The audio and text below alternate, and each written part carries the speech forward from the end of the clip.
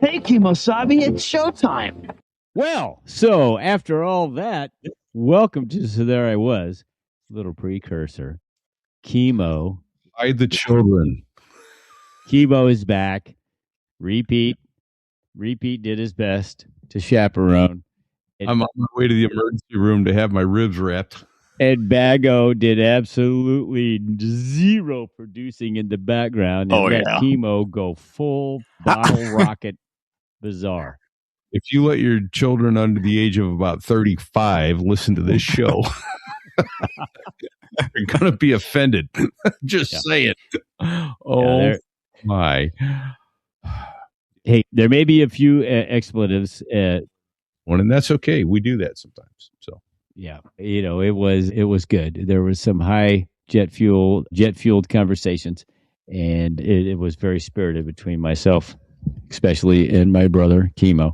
And Repeat tried his best to chaperone, and Bago did absolutely nothing to stop. The show didn't go off the rails because clearly there were no rails.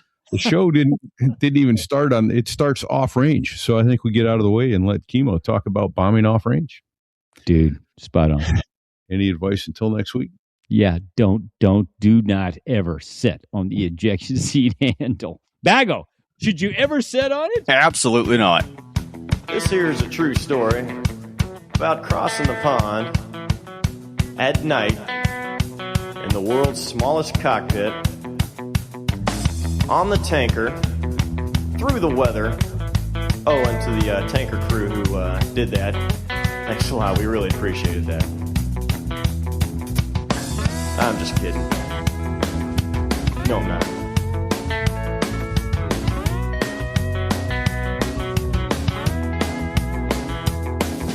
Well, there I was, crossing the pond, and you could see that I wasn't exactly fun. So there I was.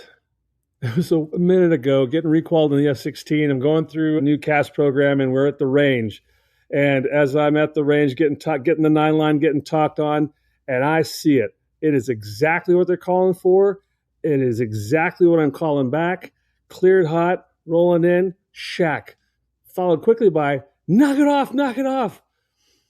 Apparently there's the exact same thing off target, off the range. Oh, shit! You're supposed to do that, Kemo. You see the red car at the intersection? I do see the red car at the intersection. Cleared hot. Wrong intersection. Wrong red car. Hey, I figured the statute of limitations is out by now, so I'm here to confess all my sins. So there you go. That is terrifying. That is terrifying. Holy shit. But so there I was. It's how all terrifying aviation tales begin. Greetings, everyone. Repeat here, coming to you from New Hampshire. I hear my co-host on here, and we even have a special producer with us tonight. Where you at, co-host? I am lucky enough to be in Kearney, Missouri, outside of Kansas City, and it is my distinct pleasure to welcome Kemo back for episode number 209. Wow. Niner. Golf clap. What? That is absolutely outstanding. Wonderful. Well done, boys. I can't tell you how happy I am to always be a part of this show.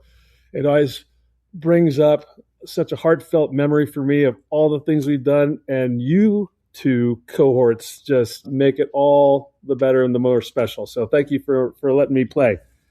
Yeah. And we would be remiss if we didn't say Bago is not in the background today, but he is right out front. Where are you today, Bago? Good old Shreveport, North Carolina, where we see in like a little over a month. Oh, Love that airport. Runway set up. Cherry Point in my rearview mirror. Not today. Yeah. Hey, we're coming. There's gonna be an invasion. Oh yeah. In your town there here in about a month. Yeah. Cannot wait to have 5 weeks. Yeah. It's gonna be awesome. Hey, by the way, I don't know if Repeat's told you yet, but we're bringing sleeping bags and we're sleeping in your living room. More the merrier. Easy day. I got plenty of space. That's right. When is that event again? 1 through 4 June. Perfect. Look forward to hearing about that. That's going to be awesome. The last, I guess they're going to do a level 3 demo with the Harrier, and last Harrier Squadron. The VMA 223 Great American Bulldogs. It's the last of the attack squadrons. That's it. Last Marine attack squadron in history. And we were part of it. You were there. Good stuff. Yep. Yeah. I don't know that we left it any better than we got it, but we were definitely there. You left your Well, mark. we left it. I left a skid mark on it. Maybe more than one. Peeling out. All right. Yeah, you got some skid marks there. That's true. That's true, Fig. Yeah. So, Kemo, your name came up in, repeat and I. Careful. Yeah, I know. I was going to say your name came up and it was, your ears should have been burning. It was Saturday evening. We were in Quantico. Oh, my God. What were we doing in Quantico there, repeat? And we went there for the Marine Corps Heritage Foundation annual award gala, invited by none other than Sarah Hogan and her husband, Frog Driver Tim. We're going to have him on the show soon, I can assure you.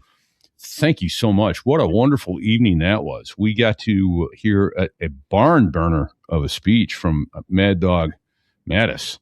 And shit. Quote unquote civilian guest of honor.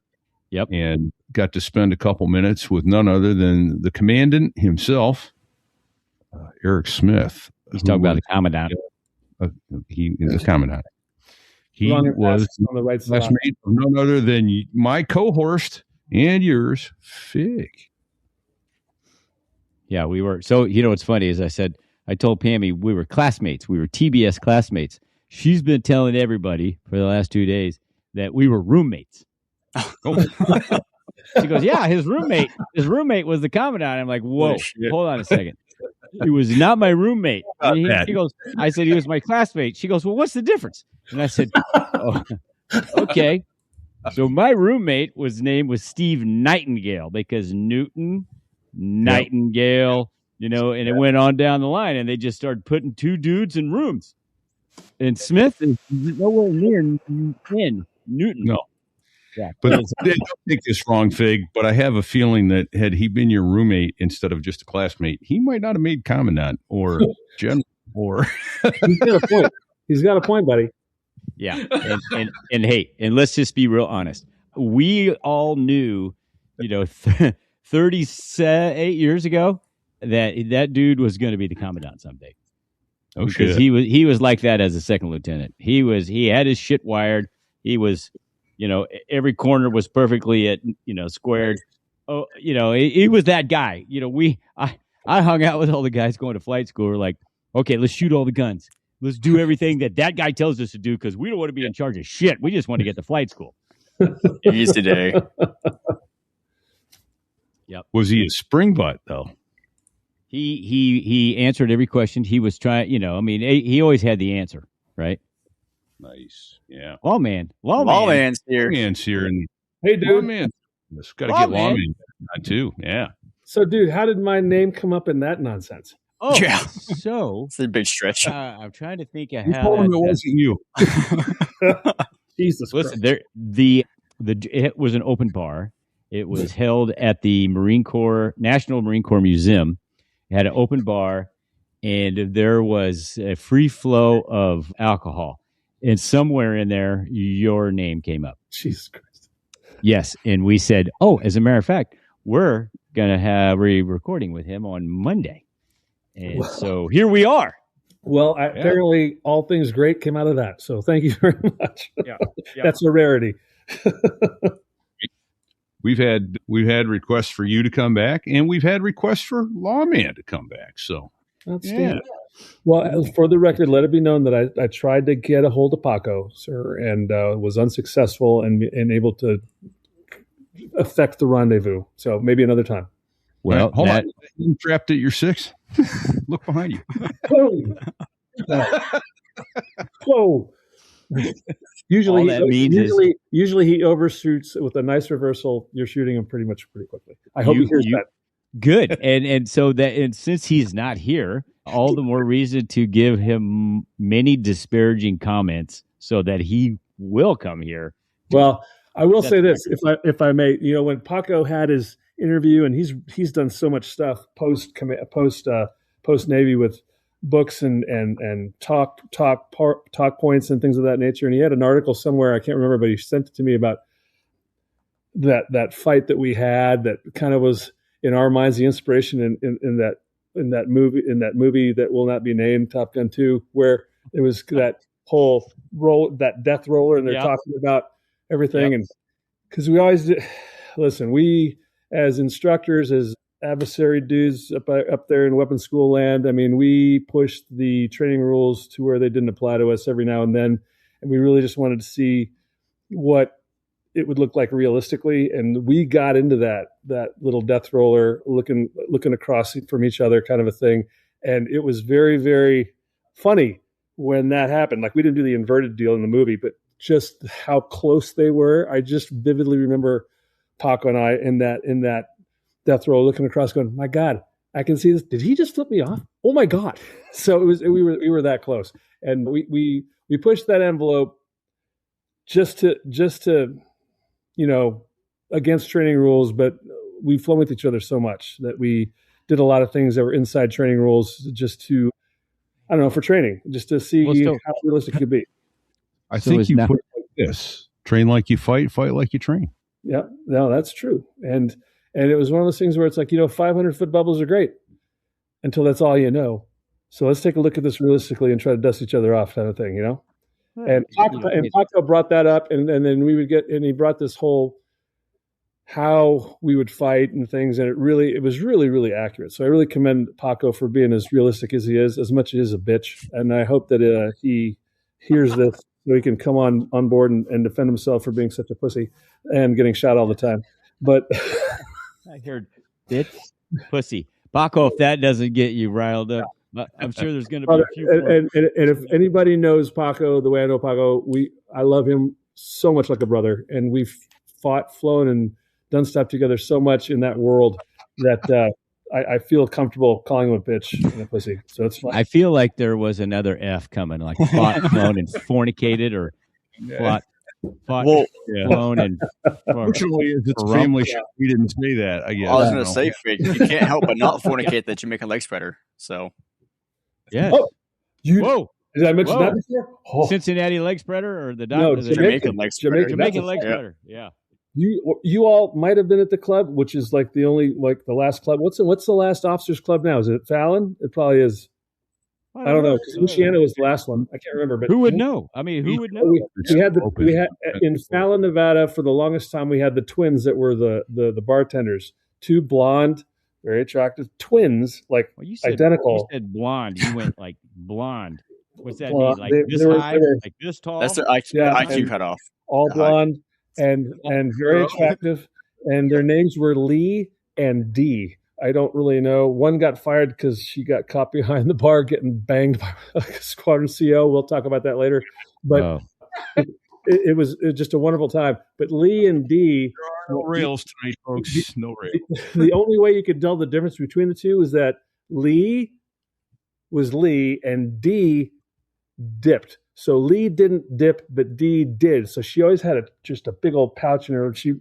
Oh, you mean like tobacco dip? Yeah. Yeah. So she come, "Boys, what can I get you?" And we're like, "Wow, not only are you hot, but you're chewing tobacco. Sweet baby Jesus. This is amazing. Can I have a drink?" And my wife was in the club one night, and she looked at her. She's like, "Baby, what can I get you?" She's like, "Oh, I'll just have like a Coke and some thing." She's like, "You need a Jamaican leg spreader."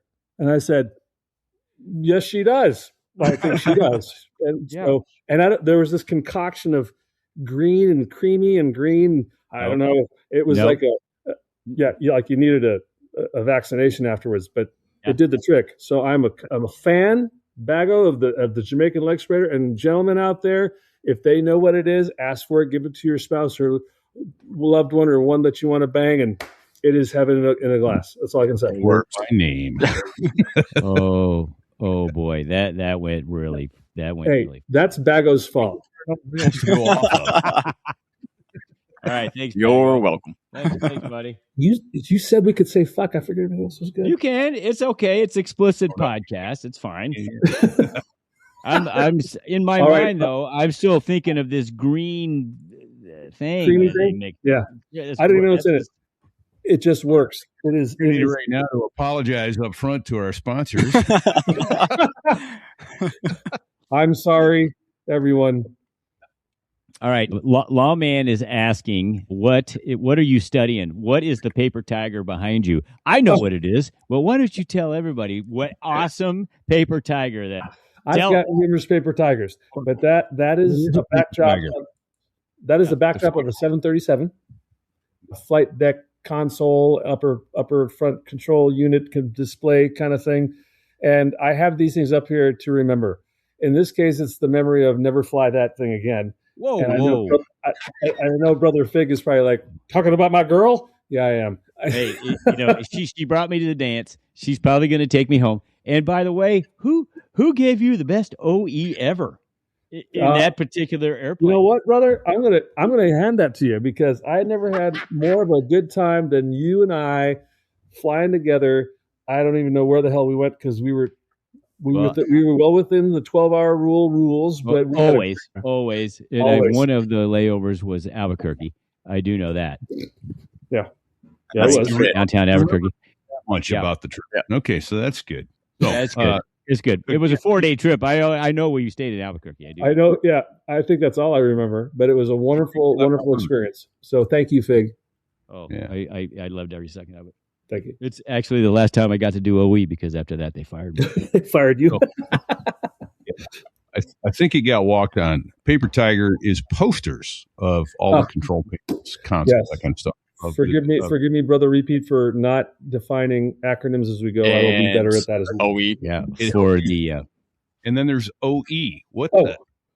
Tell what OE is. OE is operational experience. So when you qualify on an aircraft and you go onto the line to continue with your training, you do continued training with a line check pilot such as Brother Fig, the expert and super ninja of the mighty 730 Guppy World aircraft. And that OE operational experience is on the job training, basically with no kidding, people in the back go fly airplanes, and you conduct your training with real world line flying scheduled experience with that aircraft.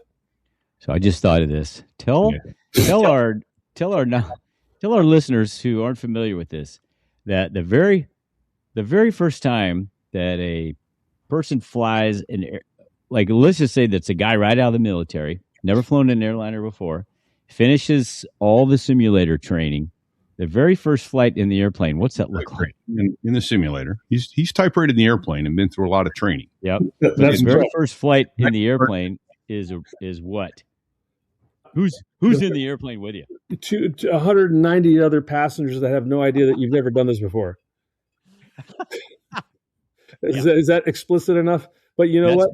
In the right seat, you've got a very seasoned, qualified aviator that basically babysits you through that process. But truthfully, with the training that we have and the experience that we all have and the expectations that we exceed, the passengers literally have no idea. And I think that that's a testament to the training, and I think it's a testament to our experience as aviators and what we bring to the table when we start transferring that to operational execution. So I think it's a great testament to that. So literally, when you go on OE, operational experience for day one, leg one, or your first flight in an airplane you never flown before, except just in the simulator, it is a testament to what they go through and what the training that the line check pilots provide.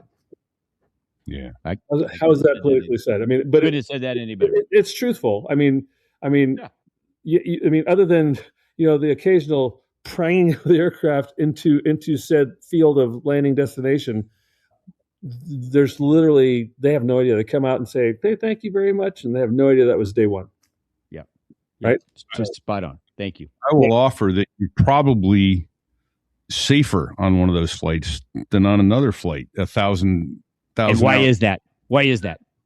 Because first of all, there's the captain who is all up to speed on the standards, but the trainee is never going to be more familiar with every system on that airplane and every emergency because he's been nothing but drilled into it for the previous 6 weeks. Exactly. He's the freshest they're ever going to be. And if anything, that new guy on day one knows more shit than the LCP does. In fact, I was teaching Big more shit than he knew. On every day. What about the airplane, though? But hey, as much as I can tease 737 pilots, that wonderful thing right there, it's a great airplane. She's a thick girl. She's got big cans. She's going to take care of you. You know, it's a good airplane. Yeah. Here's Lawman. Said, love flying the 737 at Delta. Great trips. 900's reliable because the jet is too dumb.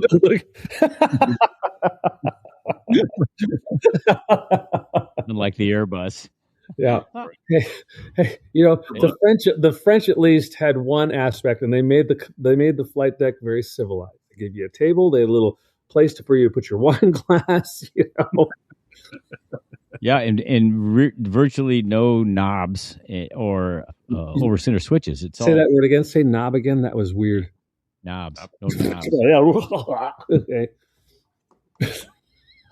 Yeah, they made it so that a third world pilot with little to no actual experience could fly it safely, and that's exactly right. I cannot deny that enough. I mean, that Airbus was done right so that every third world country could buy Airbuses and have people fly them.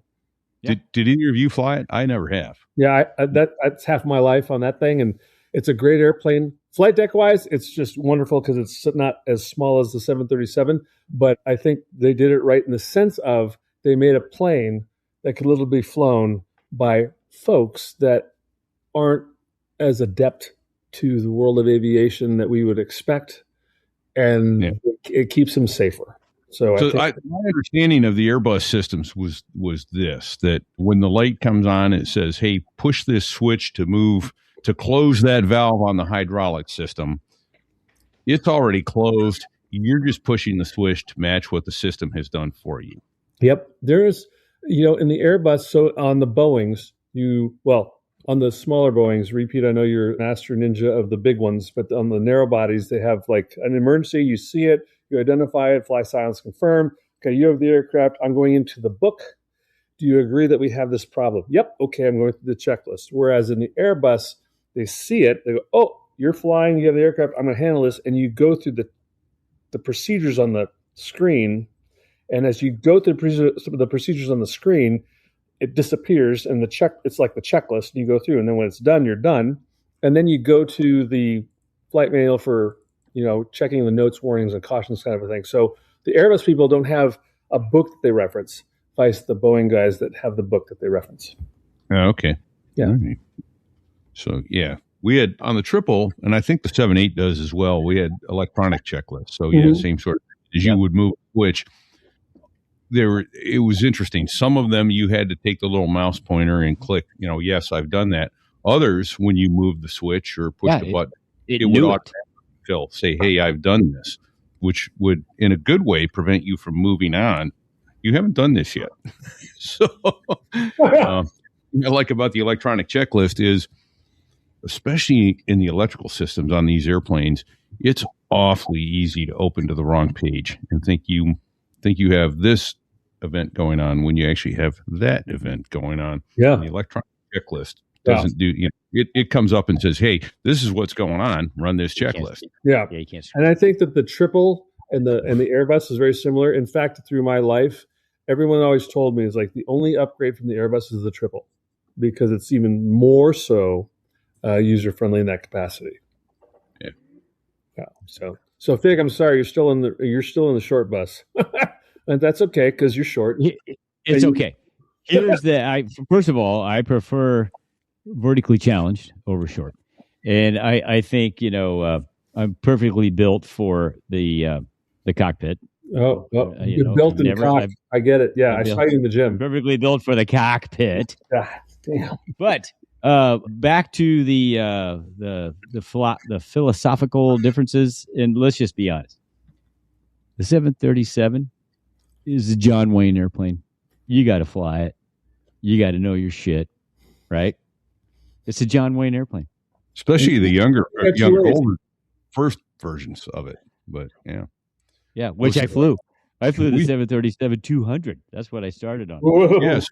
Just go on many shows ago, and I remember when he left the Marine Corps and he went and flew G5s for Coca-Cola, and he left Coca-Cola and flew.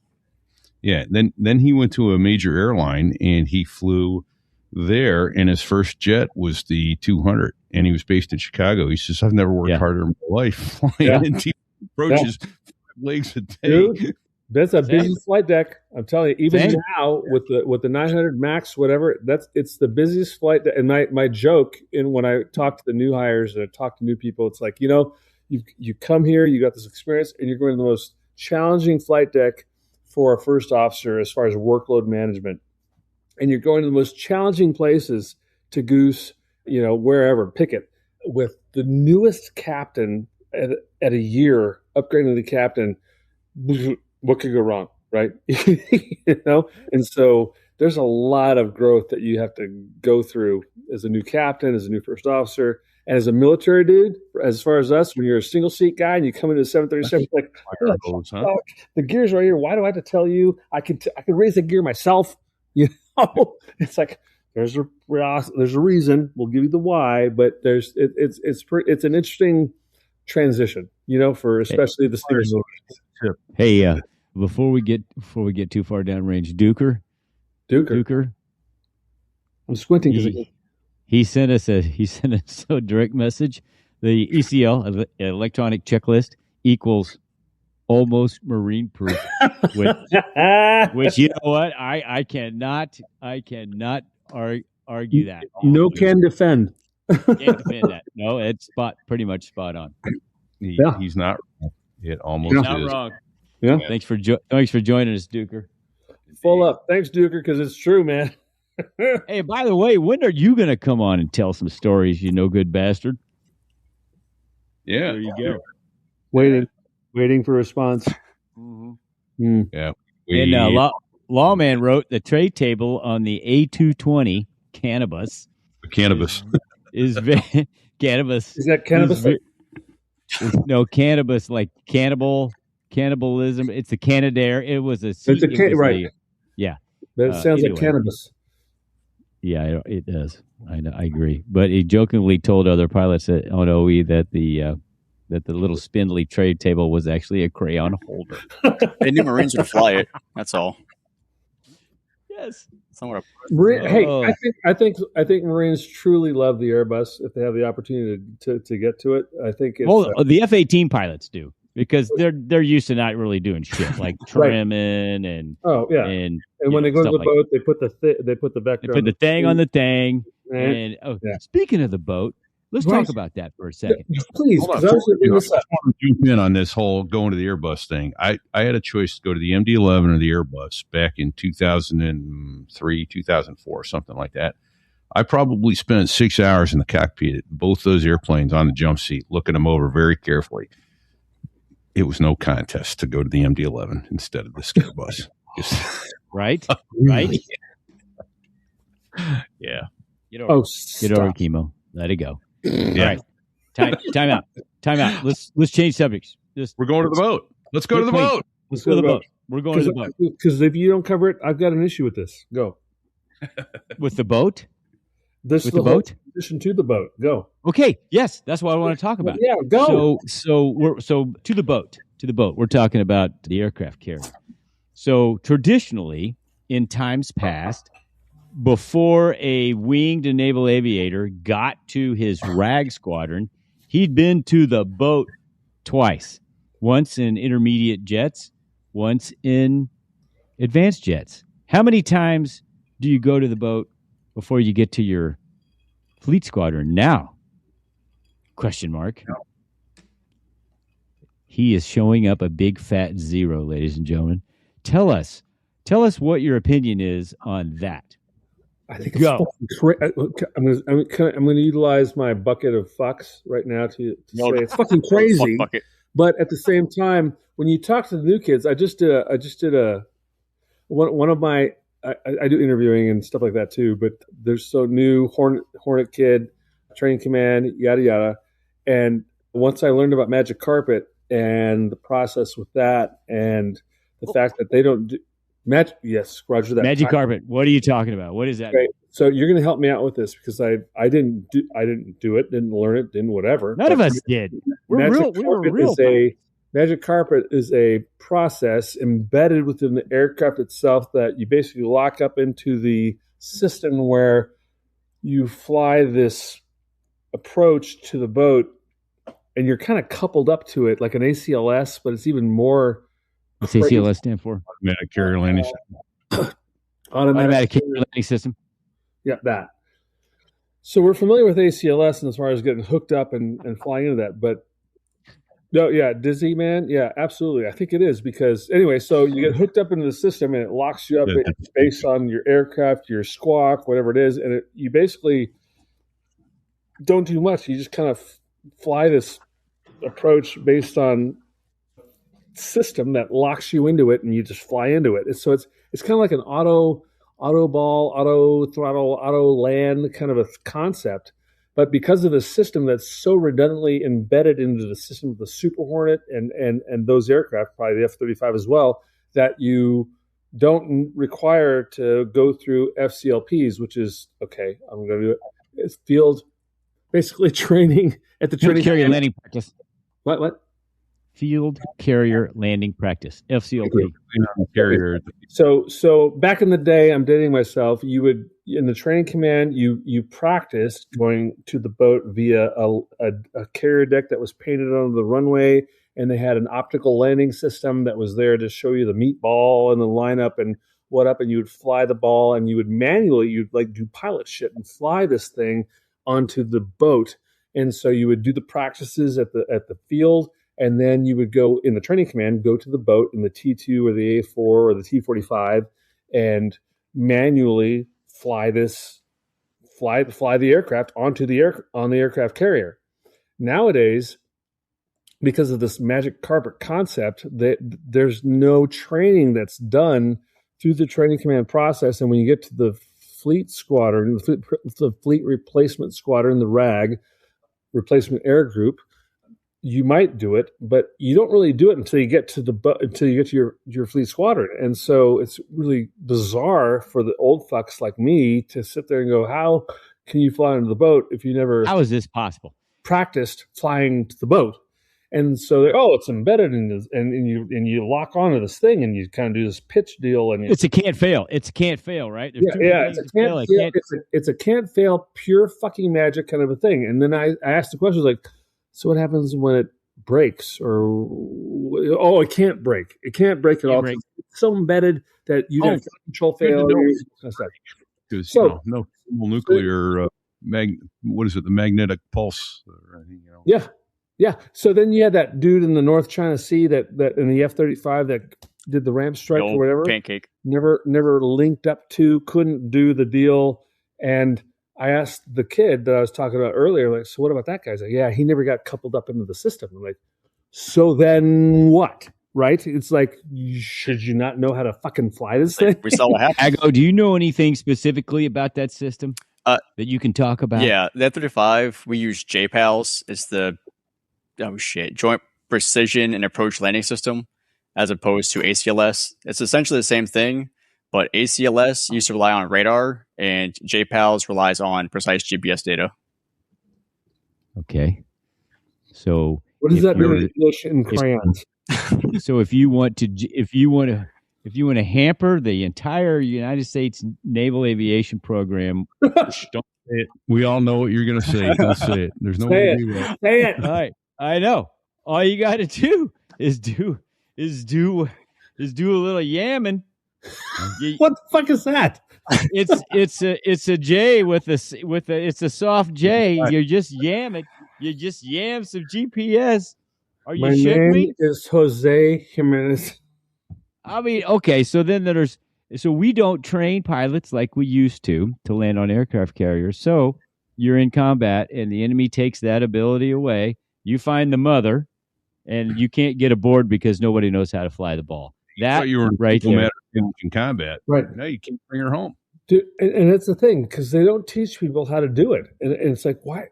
It's basic fucking fundamentals. Worst case, everything goes to shit. I'm just going to fly the airplane. Turn the flight directors off. In our world, just fly the airplane.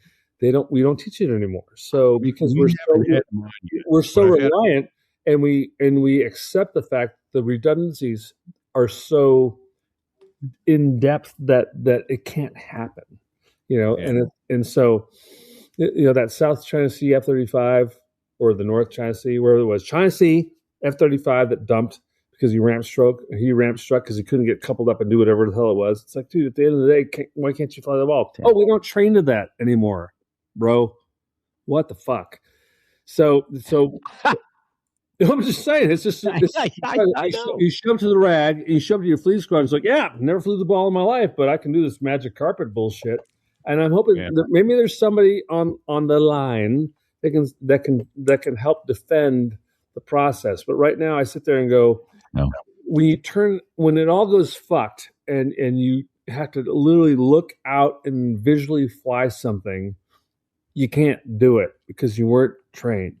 And that's where we are right now. And it's like this whole historical sine wave where it's like, you go back to it like, we don't need bomber escort because the bombers have turrets. Oh shit, we need escorts now.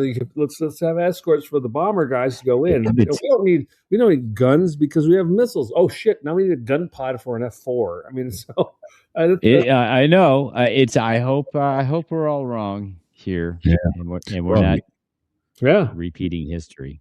We've had bingo, and that's exactly where I was going to go. I've spoke with Dan Pedersen, and he authored Top Gun. He's considered the father of fighter weapons school. Great book he wrote, by the way. Great book.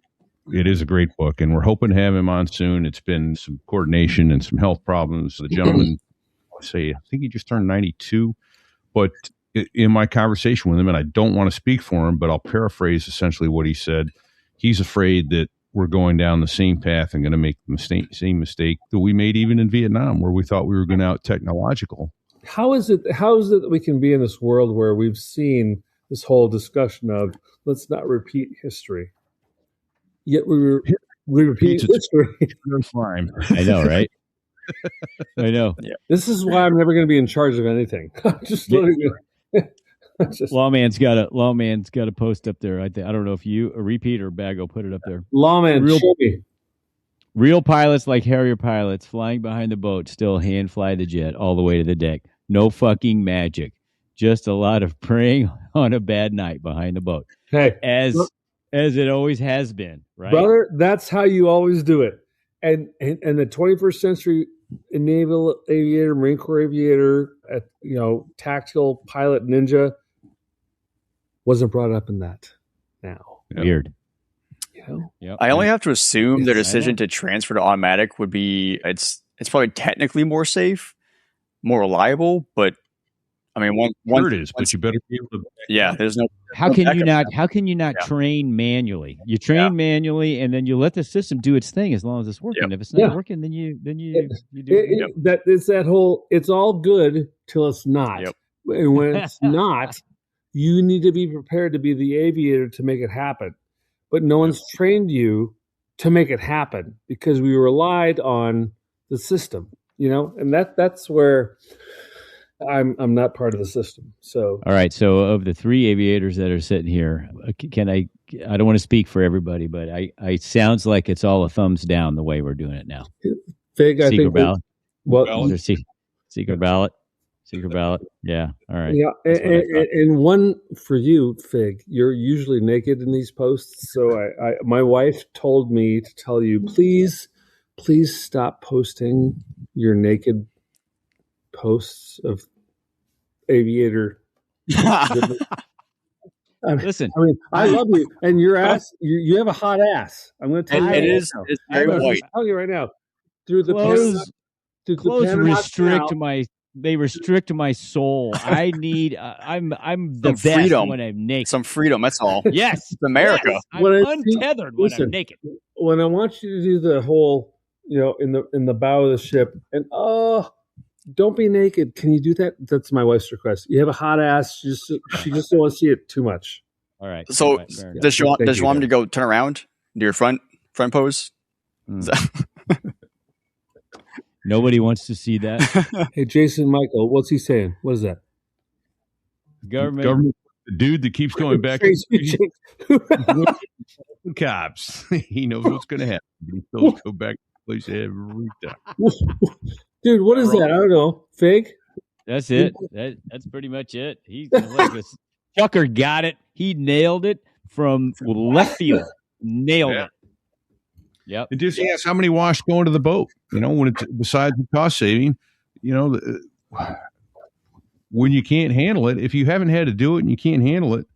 Let me give another example. For a long time, it was standard procedure at my airline. 500 feet autopilot on, somewhere between 500 feet and 200 feet on the clearest of days, autopilot off, land the airplane. And someone figured out that pilots at our airline were getting 35 minutes to an hour of flight time every year and by hand flying. Year. Wow. Yeah. Hand flying. Our skill set, it's a perishable skill. It absolutely is. You're so right, Repeat. Handle the airplane. And I get it. It's all fly by wire and all that stuff now. And so, that part has to always work too. But it's terrifying to me that we're willing to give up lives and unbelievably expensive equipment because we aren't putting the ability to bring that equipment back of every other piece of training. And then you need to be a master. It was the wet way in the Harrier, right? V-stall was just something you had to do. Yes. But you better damn well be good at it yes. But that was just you just had to do it to get aboard. Yeah, but you will be a good pilot or you're going to get your ass handed to you out in a fight. So listen, you just have to be able to put the thing on the thing manually at all times. If you can't manually put the thing on the thing, then we're headed for disaster because you're not in control. Exactly. So regardless of what that thing is. I gotta hate to do this, but we're in this almost 40 minutes now, so we need to take just a moment and think. That thing's running fast. I have a scene from Tropic Thunder and Dodgeball right now. Go. Right. Good luck, Repeat. All right, listen here. Fuckface. Yeah. What I need you to do is take a step back and fuck your own face. Okay, sorry. Okay, I'm going to have to edit that out for the sponsors. Hold on a second. Hold on a second. Maybe we could move that to another spot. Hold on. I had to implement Operation. I did wish you luck, Repeat. Yeah. All right. Okay. Hold on. Let's let the adult in the room talk. Go ahead. Go ahead, Bago. Yeah, I'm sorry. Go ahead, Bago. You can talk now. In all seriousness, we need to thank you to Derek Combs at dcartworks.net and for sponsoring this episode. Let me tell you, this stuff is amazing. From Derek Combs, who makes art, pure art out of steel. So there I was, realizing that most custom metal out there isn't really custom after all. It's just pre-made stuff with your name slapped on it. And that's not what you get with dcartworks.net. This sponsor is American-made, veteran-owned, and run by Derek, a guy who builds metal art the right way. Every piece starts with CNC-cut hardened steel, which means precision, clean lines, and serious durability. Then it's handcrafted to finish, so no two pieces are ever identical. This isn't flimsy, bendable metal. It's solid, lightweight, and built to last. Here's the part that matters. About 95% of what DC Artworks produces is custom. Not choose from 3 options. I mean real custom. Your idea, your design, your wall. The design library on dcartworks.net is updated daily, and it's a great place to get inspired. But the real move is to reach out to Derek directly and start a conversation, because that's where it counts. Whether it's a small personal piece or something for your office or hangar or a large business installation, he can scale it. He specializes in metal art and fabrication, powder coating, and multiple material engraving. So you can get depth, color, and detail that actually stands out. He's also a military GPC vendor, offers bulk and repeat discounts, and is consistently one of the lowest priced vendors doing this kind of work. We're already talking about aviation-specific ideas here, airline-style wings, pilot wings for military and non-military aviators. But honestly, the best thing you can do is make something that's uniquely yours, and or something coming up for Father's Day or Mother's Day. Reach out to Derek. He can make it happen. And Derek's made it easy for you, our listener. Go to dcartworks.net. When you buy, use the code STIW, Sierra Tango India Whiskey, and get 20% off every order. Forever, even if another discount is already running. So here's your move. Go to dcartworks.net, look around for about a minute, and then contact Derek. Because once you see what he can do, you're not leaving empty-handed. You're going to have ideas, and Derek's going to bring them to life. And thank you to dcartworks.net for sponsoring this episode. Duker's here, and he's throwing some shit up.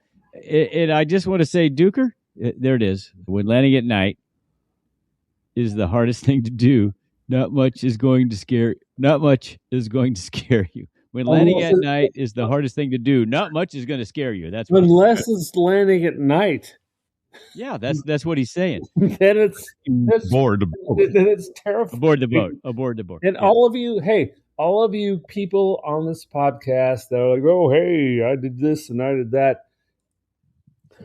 Oh, sorry, vodka. You're right. They're like, oh, night chaps, not a big deal. Go fuck yourself. That is literally the most ridiculous thing to say. So that's all. Okay. So I've got to ask then. Yeah. Got to tell us, man.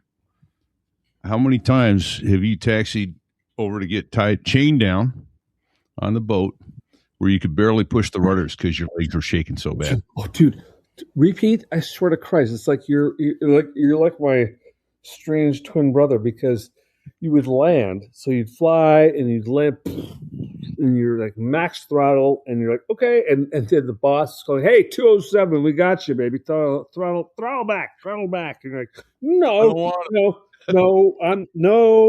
we're not good, and then you throttle back, and they taxi you off, and then you follow the yellow shirts, who, by the way, the yellow shirts in this realm, it is still to this day, what's the word?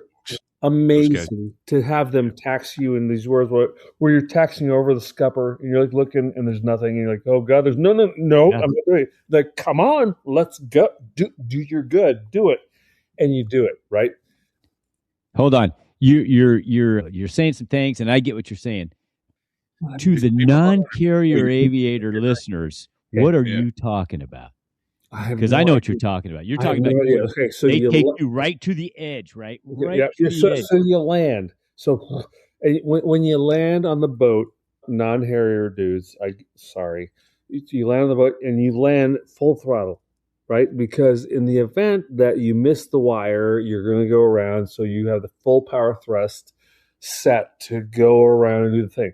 But you catch the wire and you're like, and you're so terrified because you went through the whole process. You're like, oh my God, someone have stopped, and you're full throttle. Airbus calls you, hey, 207, we got you, throttle back, which means get out of fucking burner, bro. So you come out of that. The show's 20 faster. So the yellow shirts are going, hey, we got you, and they give you the signals, and they're like, taxi this way, and whatever. And you're like, and literally because of our training, which I commend as a good thing, you fucking do what they tell you to do, but they take you to a point where you taxi and you're getting to a point where like, I don't see any more of the boat, and they're like doing this maneuver, like come right, and you're like, no, I don't want to do that. And they're like, come on, and it's kind of funny.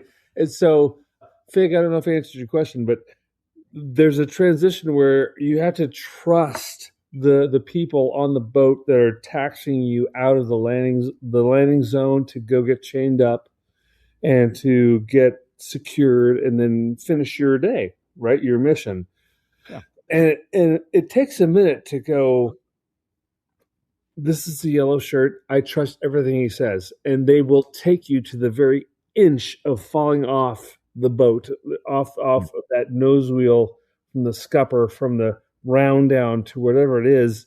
You just have to trust them, and if you do, it works out pretty well. But there's a moment where you're like, nope, not gonna do is tell me. They're like, tell me, this way, and you're like, nope, fuck you.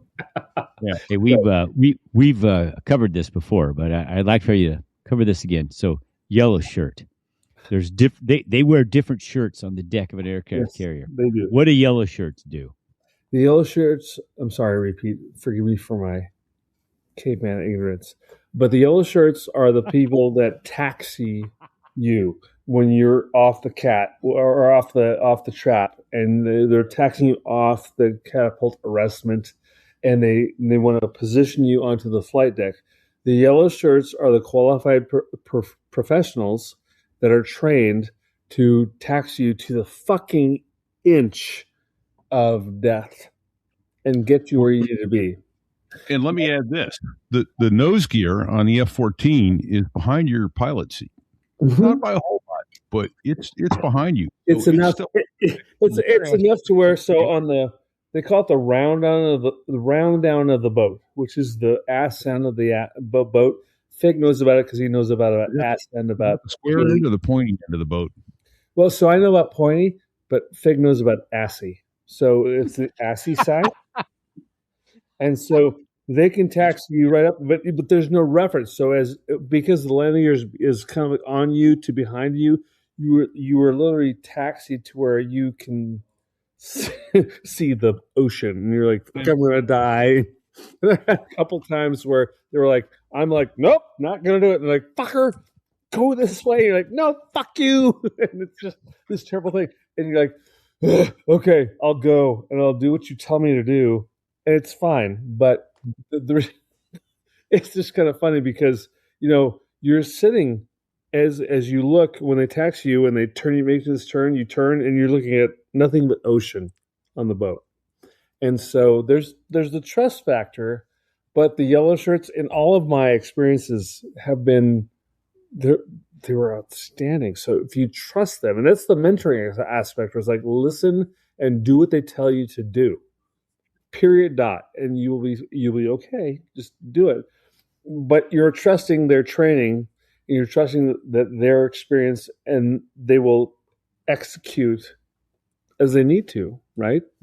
And for you, Fig, I know you're short, vertically challenged. You said, yeah, it's one of those, but a lateral aspect.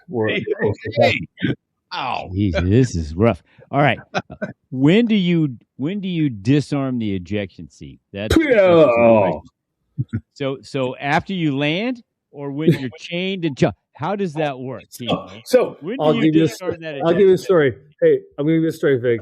So we land. I get parked, and so in the landing zone, it's an area where everything's getting recovered on the aircraft. It's the zone where people land, maybe. You're such a dick. Yes.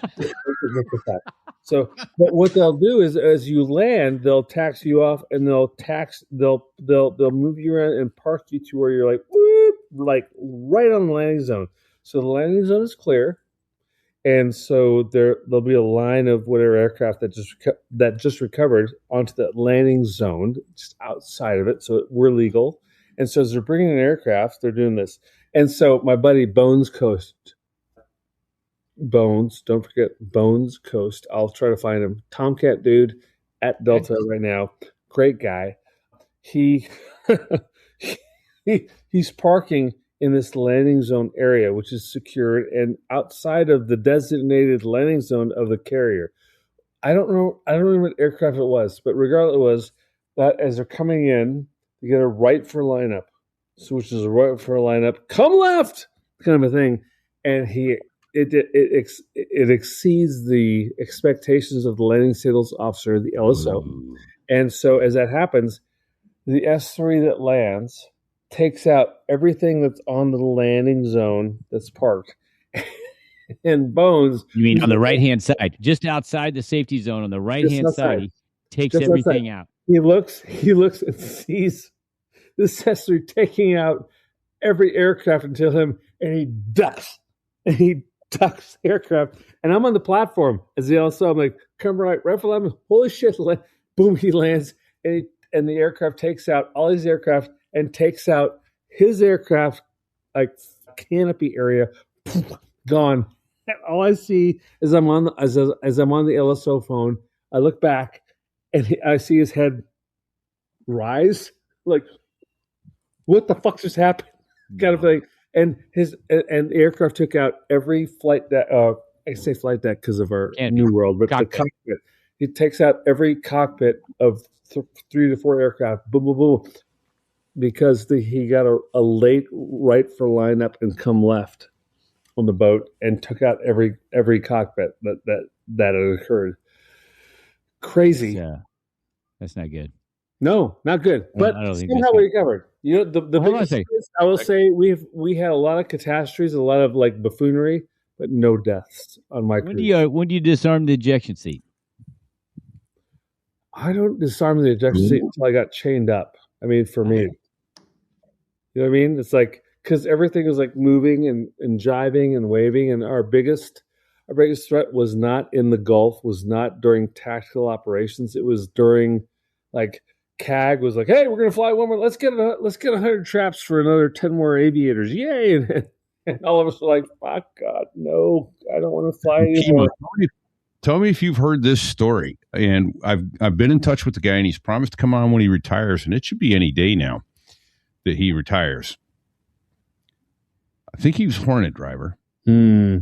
Lands, chained down. He's getting fueled. And whether a hose breaks or what have you, a fire breaks out on the deck. And he's like, this is not good, but safe and comfortable. I'm in my cockpit. Things are good. Crash crew's going to get here. We're going to put the fire out. And the jet's getting hotter and hotter and hotter. And he's like, crap. He looks up. He goes, I can't eject. I got antennas overhead. But it keeps getting hotter. And he's like, I got to go. I'll take my chances with the antenna. Pulls the handle, gets out, clears all the antennas. Gets a sputter gun, fires his parachute, and he starts coming down, and he's looking down, and he's coming down right into the rotating blades of the rescue helicopter, which is, at idle, but rotating blades on the deck. Yes. Have you heard this? I have not. Oh, okay. So we've got him coming on the show. Spoiler alert, if he's going to come on the show, he managed to miss the rotating blades, but it didn't end there. So... And luckily, Charlize Theron is still clothed. Yeah, let's just leave it alone. Leave that alone. Fig sent me a text about Charlize Theron. I don't know. I did not. I don't know who that woman is. That was Bago. That's my bad. Sorry. It was Bago. Charlize Theron is naked? Is that like an immediate post? All right, I have another question for you, Kemo. Go, buddy. Go, brother. Kemo sabe, my Kemo sabe. Go. Yeah. Oh, F-35. F-35. Tell me what okay. I see the look on your face, and some people that are going to listen to this podcast won't see the look on your face when I say F-35. What emotions? What's that mean to you? What do you think of the F-35? It means a lack of operational carrier. What's the word? Operations, but from a deviation, right? The ability to fly the ball is the deviation, and I feel that we have done ourselves a disservice to go, hey, take everything out of the equation, and now you're at the 180, looking at the boat at 1.1 a beam or whatever it is, and you're going to fly it. Nothing has ever discarded our credibility or our ability to fly. Here I am at this speed, and I want to target 450 to 90 and target a round out to the groove where I'm looking at ball a little bit high, and I can do it. And I think that not training our people to be able to fly our aircraft onto an aircraft carrier that we've proven for half a century, that's my heartbreak, is that if you're relying on systems that much to tell you what to do and you can't do it without it, that's my biggest concern, because I feel that in my discussions with the newest carrier qualified aviators, Marine Corps, Navy, whatever it is, that the reliance on the system is so great, and it won't fail because of the redundancies. Okay, great, but it's proven itself to where it can, and you can't do it. It's bizarre to me. And so that what do you know? What do you know about the airplane other than this specific subject we're talking about, manually landing? What else do you know about the airplane? Have you talked in the F-35? No, only in my discussions with current carrier qualified aviators that are doing it. It's literally like, oof. So there's probably a big rift between the F-35C guys and the Super Hornet guys. Right? Yeah, no, I agree. And when I talk to my Kingsville, I won't say bros because they're not my bros, but my professional associates. There's a delta, and it's very interesting. It's like, well, God damn it, why can't we at least teach you to fly this thing and train you to do it? And in worst case, turn everything off and be old school.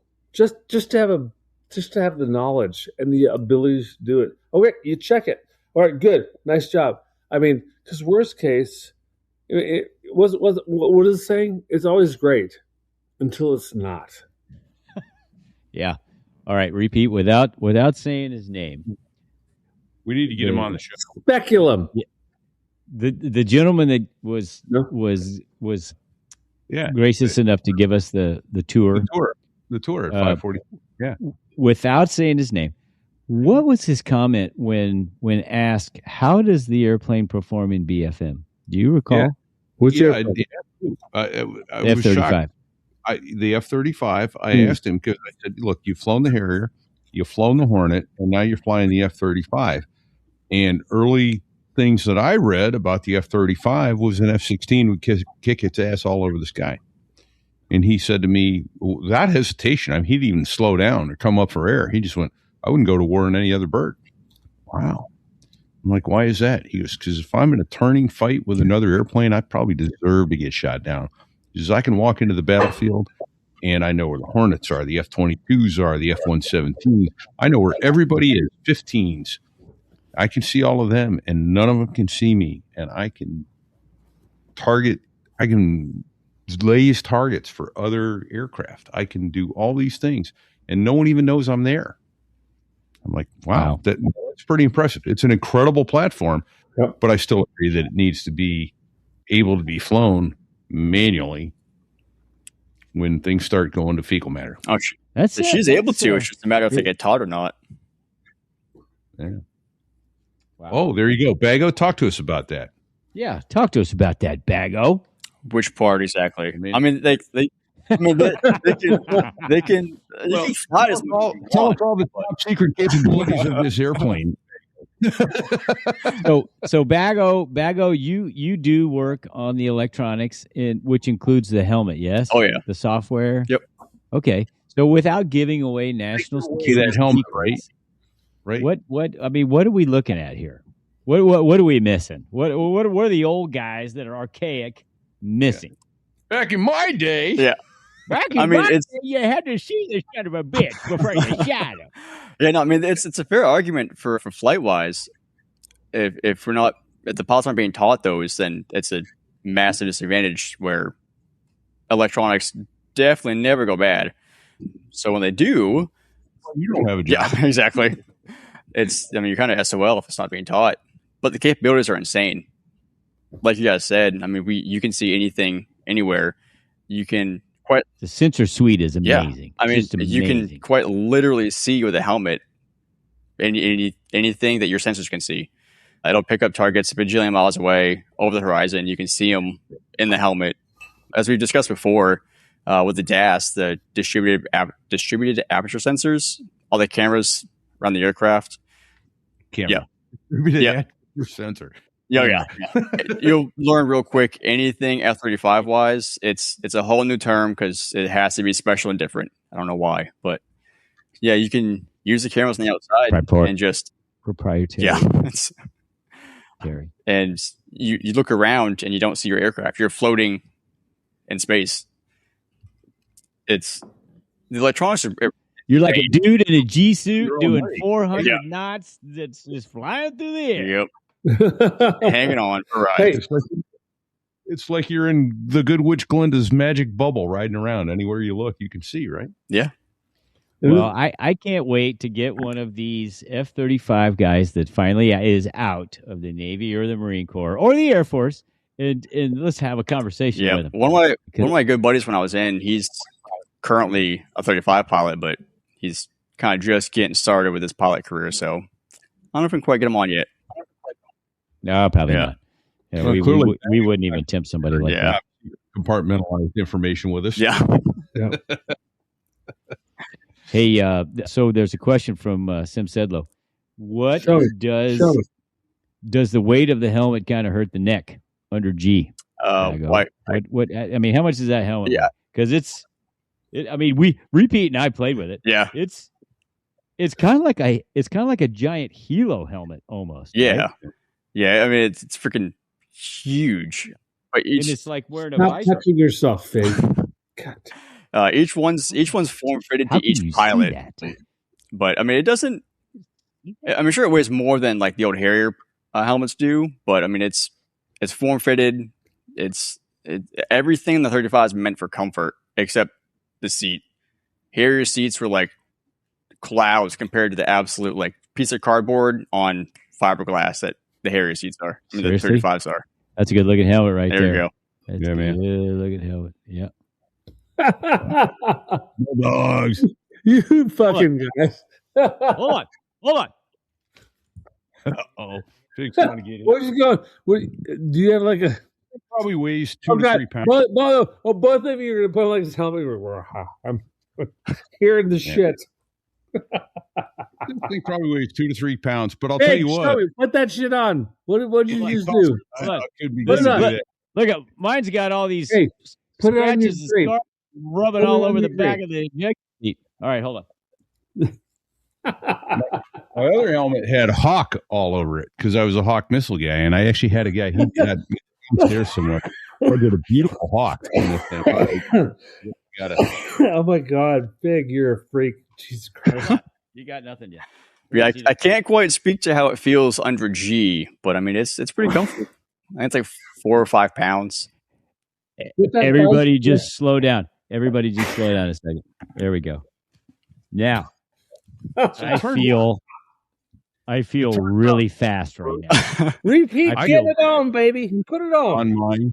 If you look at the snap, it's corroded shut. It's salt from my sweat. It will not unsnap. See, I don't have a pilot's helmet, but I do still have my original cranial outside, so that's a plus. I am never going to take this helmet off again. Right? Between Fig and Repeat and the helmet replication, I must say. Fig could get his undone, but Where's your mic, Fig? Adapt and overcome. It's right here. My mic is right here. All right, let's wait on Repeat. Let's see how he reenacts this. Come on, baby. Put that shit on. Let me see. On. Let me get see. the snap undone. Take that shit There's off, always an Repeat. excuse. Come on. I can't get the snap undone. I sweated mine into corrosion and it won't open. This is a credibility moment. Yeah, I was a real pilot. I used my helmet. Look at all the scars on the helmet from banging on the ejection seat. Is that semen on the gloss? Yeah, the gloss? the helmet's actually all red. What is wrong with you, sir? I am going to kick you in the testicles when I see you the next time. I can't wait to see you, and I want you to kick me. But the testicle factor also goes into the beautiful helmet that you displayed. Wonderful! Look here! Look at Repeat! Look at Repeat! He's in the shit right now. I have another helmet that I was given before I left 223. It just fits a little tighter, and I'm not going to get it. And it's got a track that this visor tracked in. Did you? I remember that. Yeah, it had that center track. They gave horrible. It was horrible. It's sitting right over there in my fighter bar, and I'm not going to get it. No, not going to do it. I'm going to try and get mine off now without ripping my ears off. We'll see how that goes. Holy fecal matter, Batman.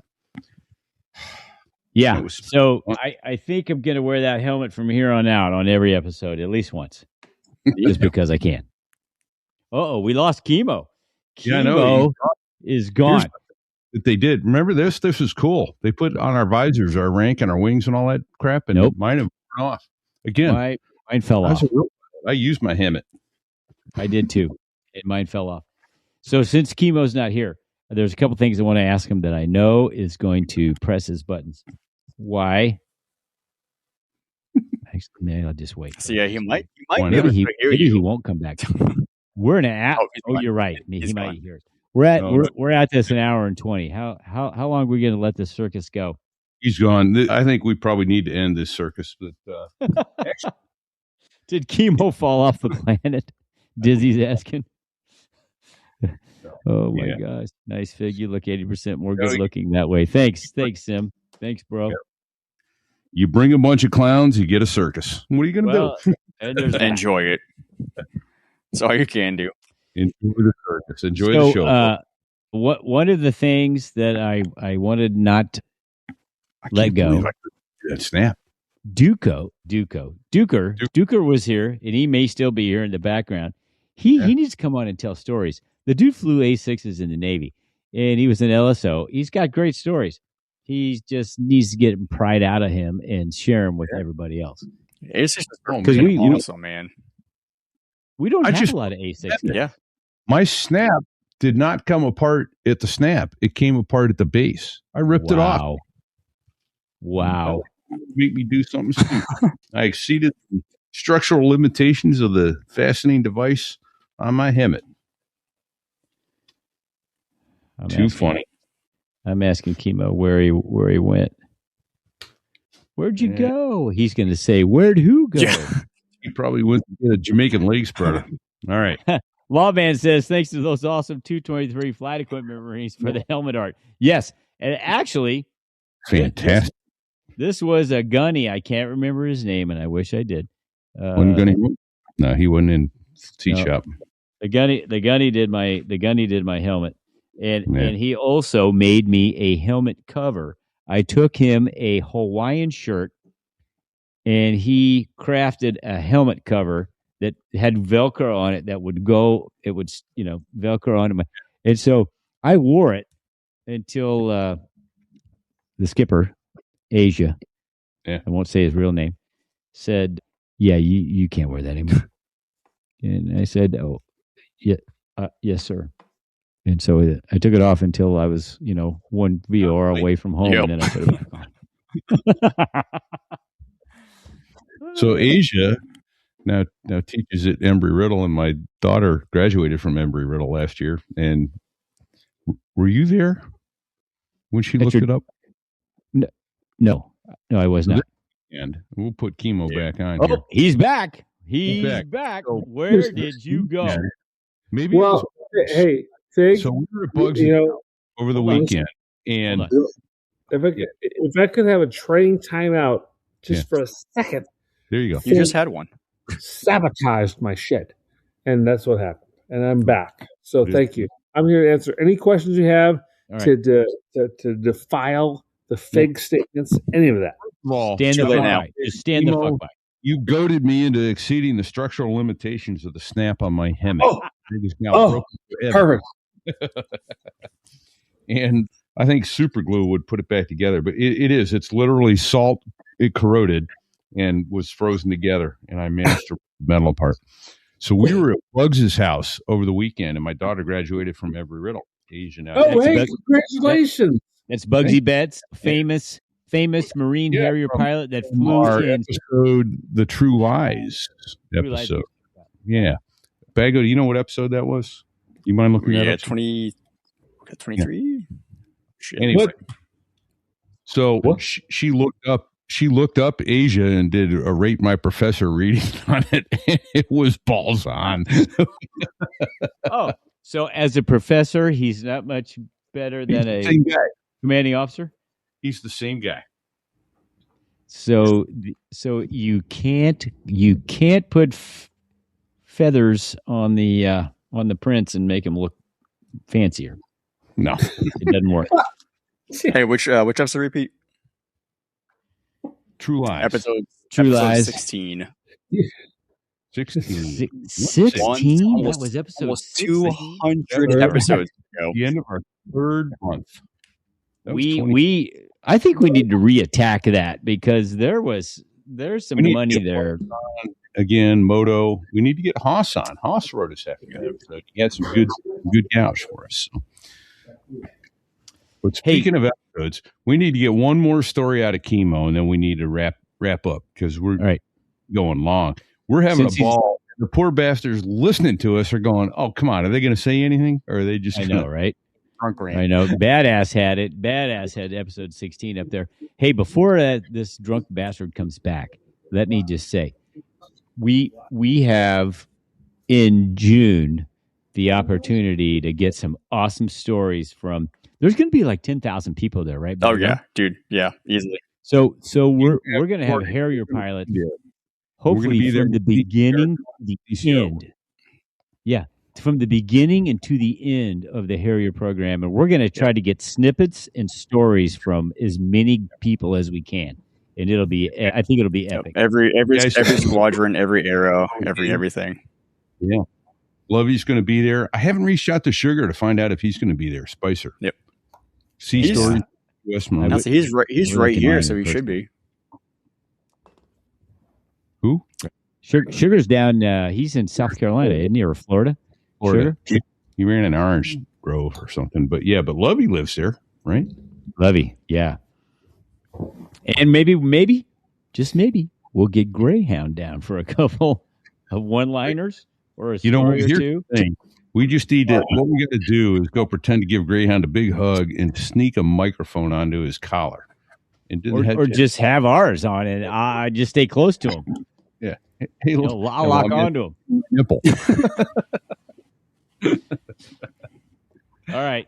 So we need one more. So there I was out of Kemo-san, and then we've got to wrap up here because it is going. We probably need the. Well, hold on a second. Shit. I want to know how the opener ended. You were cleared hot. You said, it was kind of funny. Yep. So it's kind of funny because my flight lead guy literally got talked on to the same point that I got on, and when they called to knock it off, it was kind of funny because I'm like, I literally sat there like, okay, so I'm fine, I'm fucked, I'm fired or whatever, and they did the knock it off call. And the knock it off call was very much like, hey, knock it off. Hey, here's the situation. What do you want to do? And my flight lead literally was like, well, let's keep going. So we did another run and we went back, and it was kind of funny because they correlated how they talked us onto this point, with the whole, just like you said, hey, it's the cross section of this road and that road, and there's the red truck. And you're like, I see the red truck. Yeah, the red truck's this. Yep, it is the red truck. Yeah, cleared hot. Boom. And we did that. It was exactly the description that they told us, and so we rolled in. So when they said knock it off, here's what happened. What do you want to do? My flight lead was actually the squadron commander of the unit that was there in San Antonio, and he said, well, let's keep going because it makes sense that we fucked it up, but let's keep going. So nothing punitive happened out of it, Fig. I know that you want to have me be punitively punished. No. However, did you drop off range? Yes, I did. Holy shit. Yeah. Yeah, it was literally like that whole, it's the cross section of this, and there's the pink person with the girl in the mixed skirt, and she's got a nice ice cream cone, and you're like, God, fucking see it. There it is. And you're cleared hot, and like, oh, it's not that one no, it's the other one with the ice cream. And okay. it was a bad day. To play devil's advocate, actually to not play devil's advocate, but you're such a dick. No, I'm not. I don't want to play devil's advocate. I just want to say it is hard when you're getting a talk on to a target. Yeah. And you're rolling in. Okay, but you didn't give us a lot of details. Was it high altitude, low altitude? How much time did you have to It acquire was, the low, target? it was a low altitude strike, and that's a very good point that you bring up, Fig, because when it's real time, you're seeing stuff and you're translating stuff, and the FAC A is sitting there going, "Yep, that's what I see too. That's exactly it. Go, go, go," and you do, and it's like, shit, I didn't know there was a red Dairy Queen, fucking ice cream shop right there too. So it is very dynamic, and I learned a lot from that, which is, how can you clarify through the 9 line, and your verification of everything that you do to make sure that it is what it is, right? CAS has changed so much from absolutely, from when we started, right? Repeat. Yep. Yeah. I mean, nowadays, go ahead. About that. The hardest CAS mission I ever flew was at TBS. No shit. Yeah. Same. And I didn't drop, and that's what made it so difficult. I wanted to drop high explosives for the lieutenants. Let them see what we could do. And I couldn't verify the target. And I thought, man, you know what? It was so hard to not go, I think I know where it is. I'm just going to bomb it anyway. Right. Yeah. And then I take out, 150 lieutenants. Yeah, you can't do that. End well for me. It's certainly not going to end well for them. Now, it'll still be a big boom. But it was So I was up there doing that for the lieutenants one day, and I think I had turnip on my wing, and it was one of those beautiful days where there wasn't a cloud in the sky. It was perfect, and we were doing the low altitude pop thing, and I'd seen it on the first pass. So when he rated me in the 9 line, and it was a tank in the open, so I knew exactly where it was. And so when I came off target, when I came off target, they cleared me hot. I came off target. We were dropping the 250 pounders. The smallest live high explosives we could carry with the high drag fins. When I came off target, when the lieutenant was keying the mic, I could hear everybody screaming in the background. For a second, my heart dropped. My heart stopped because I heard people screaming. But he said, "It's a shack. It's a shack. The turret flew off." I'm like, "Oh, thank you, Jesus. It's the turret and not people's heads." Yeah. Yeah. Right? When you can make that happen, it's awesome. Yeah. Listen, that's the thing. That's the thing. Anybody that is in the military, especially a trigger puller, when you pull a trigger, you can't take it back. No. That projectile is going downrange. And it's the same thing with an aviator. When you release a weapon off your plane, you can't take it back, dude. It is fucking going where it's going to go. And you better have a really good idea where it's going. And we do always, right? Yep. And it's just every once in a while you go, "Oh God, was that the right thing?" Yeah. Absolutely. There's always that area of concern. Did I do right? You right? Yeah. That righteousness, that whole I'm here to do good, and did I do good? I pray to God I did, and occasionally there's a concern, and you're like, I was given the information, I processed it the right way, I executed. TO on target, boom, boom, boom. I pray to God it was good, I mean, there were too many times during the Iraq War where it was like, I think that, I think it was okay, but it, worked out. But and I think doesn't always work. So anyway. And there's that.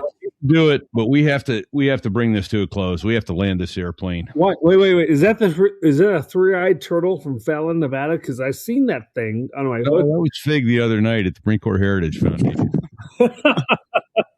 That was after several of the kamikaze shots that Repeat and I did before the. You little whore! You act like it's such an angel. You're in the background. No, Repeat did it.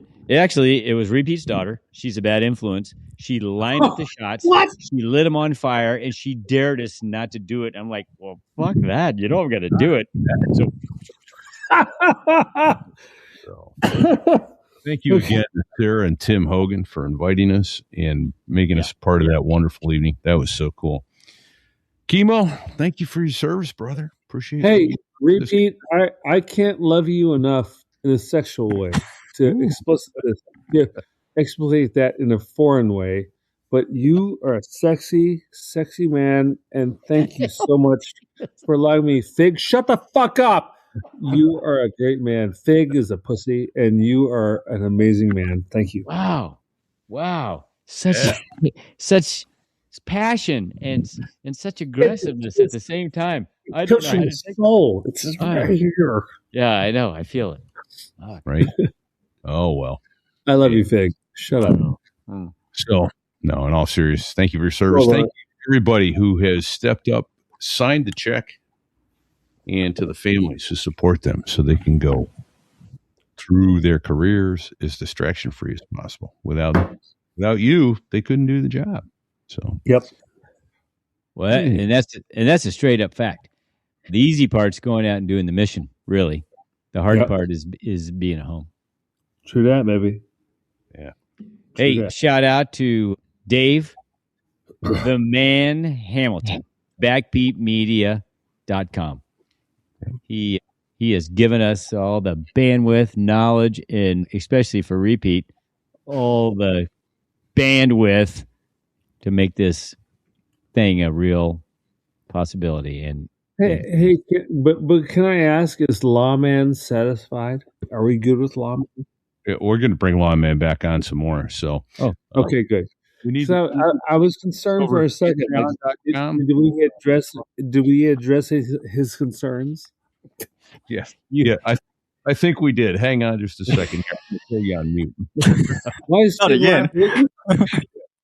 Mute him. So, yeah. Mute that bastard. Sorry, had to do it there. Everybody who's lost all sense of financial responsibility and judgment. So there I was.us/Patreon. So there I was.us/donate. And you can even give us money via Venmo. Straight up, they give us more than Patreon and Donor Box. So if you want to throw some cash in our direction, we'd be humbled and grateful. But we don't know why. Listen, it totally baffles us why you lose all your financial judgment. However, it is imperative, and we are so humbled that you do that every time, because this is why, as they say, this shit ain't free. It actually costs money to put a podcast out. And there's people out there like Chucker and Sal and oh my gosh, these guys have totally lost their minds. Oh yeah, Al Cisneros, and now I feel badly because there's a bunch of other people giving us as much money who have thrown hundreds at us. What are you, nuts? Yeah. What are you, nuts? Have you lost your minds? Yes, they have lost their minds, but God bless them, and they're true patriots, and they understand. If you guys don't give us that money, Kemo has nothing to drink. So thank you. Appreciate it. Exactly. That's not true. That's not true. That's a false statement. Kemo always has something to drink. Right. When he's not drinking. And his lips are moving. Hey, listen, hold on a second. We have a merch store. I don't know if you're aware of this or not. So there I was.us/merch. It is bikini season officially. And next episode, I'm gonna wear my bikini. I'm gonna show everybody how the So There I Was bikini looks. It's fur lined and it's amazing. Actually, it's not fur lined, but it is amazing. Is a bunch of people have not been going to the merch store. We haven't gotten any sales in the merch store in a couple months. And I'm telling you, there's shit there. There's koozies and glasses and sweatshirts and hoodies and t-shirts and hats and a clock and a bikini, for God's sakes. A bikini. So there I was, bikini. And it's got the QR code. Your bikini world does not inspire anyone. Yeah. Oh boy. I love you. Who unmuted his mic? Who did that? You're saying your Whoops, he's on mute again. I want the U.S. rate to give us 5 stars. If you got to give us 3 stars, go to Kemo's website and give him 3 stars. Listen, I'm dying. Oh my God. he is dying. And if you don't give us 5 stars, Kemo's probably going to die. And nobody I'm going wants to die. Kemo to die. Figs going to Give think his 5 dick is stars. big enough. If you ever It's want to hear not. from, It's if you ever not. want to hear Kemo again, as foul as his mouth is, He's foul. He's foul. He needs. But seriously, we're trainable. If you don't like what you hear, give that 5-star rating to some other podcast because we need 5 stars. We need to up our ratings, gentlemen and ladies. We need it. Then right there to Bagel.us and tell us what he's doing wrong, and we'll fire him. Bagel will fix it. Bagel will fix it. The beatings will continue until I fix it. Bagel, you're great. Figo. He Step it down a little bit. he carries the big hammer around here. Not the Jamaican leg spreader, but big hammer, close enough. No. Yeah. Whoa. Where'd that come from? Holy shit.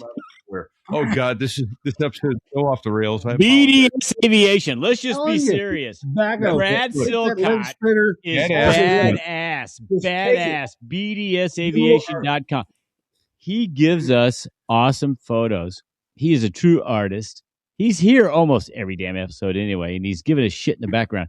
God bless America. God bless Brad Silcott. And Brad, God bless BDS Aviation Photography.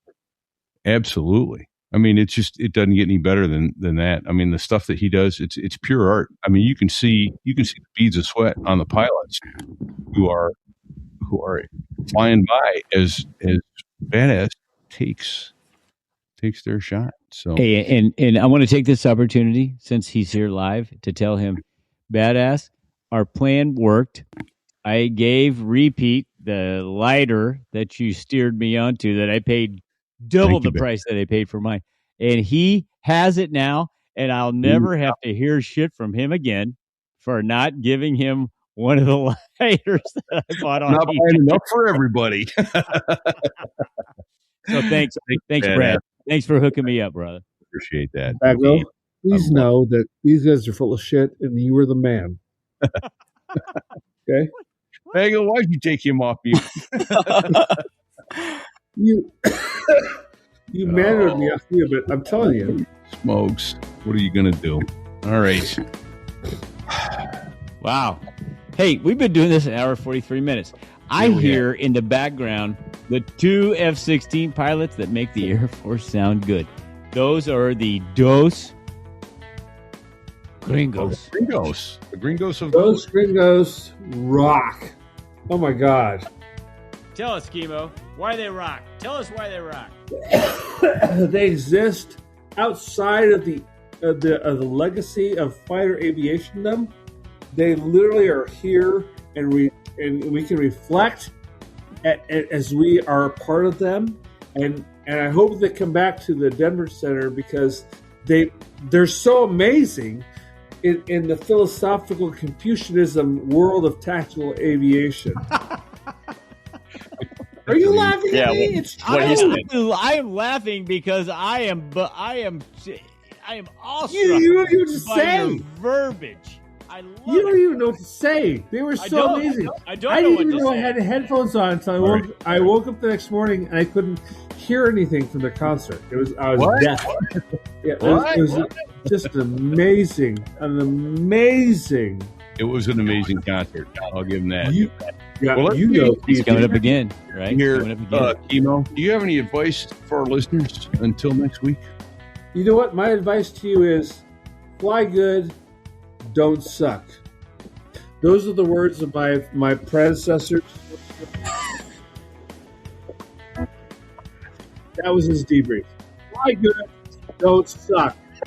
And tomorrow, suck less.